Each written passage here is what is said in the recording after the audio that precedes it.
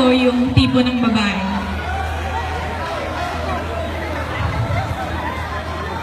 Ako, yung tipo ng babae na walang pakialam sa alikabok sa sahig basta makaupo lang.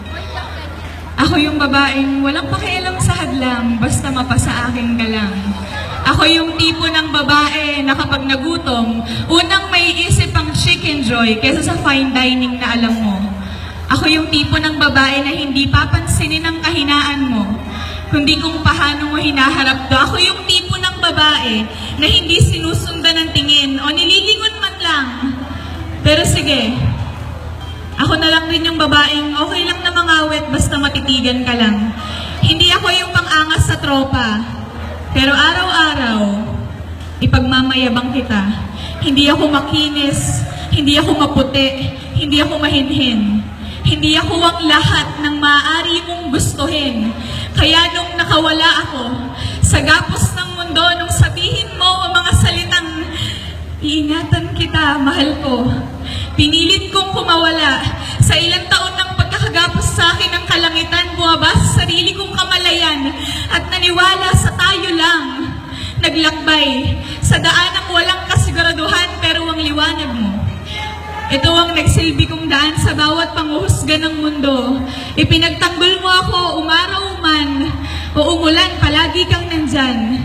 Umaraw man o umulan, palagi kang nandyan. Umaraw man o umulan, palagi kang nandyan. Umaraw man o umulan, hindi ba dapat palagi kang nandyan? Pero bakit ang lakas na naibibigay mo sa tuwing pagsikat ng araw ay saring nawawala? Kasabay ng pagsilip ng buwan, malamig, nilamig, nanlamig. Malamig ang gabi.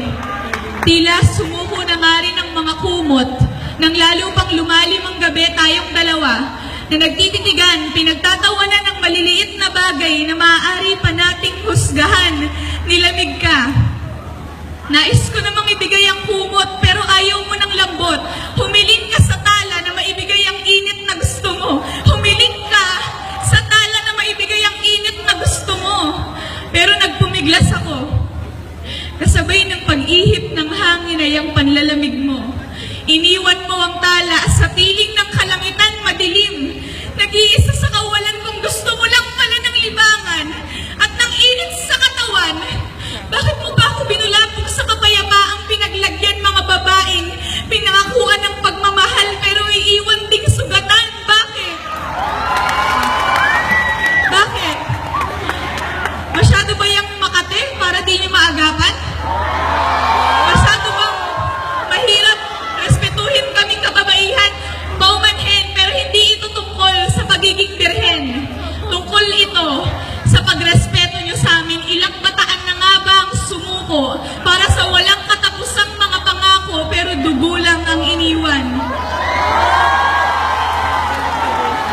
Hindi ba't dugo lang ang naging bakas ng unti-unti ninyong paglisan?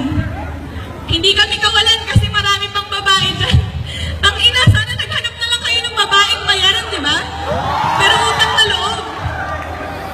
Huwag niyo silang papangakuan ng pagmamahal. Dahil kahit nasanay silang pinagpapasapasahan at gabi-gabing binabayad-bayaran, alam ko dahil babae ako, nag-aasal pa rin sila ng tunay na pagmamahal.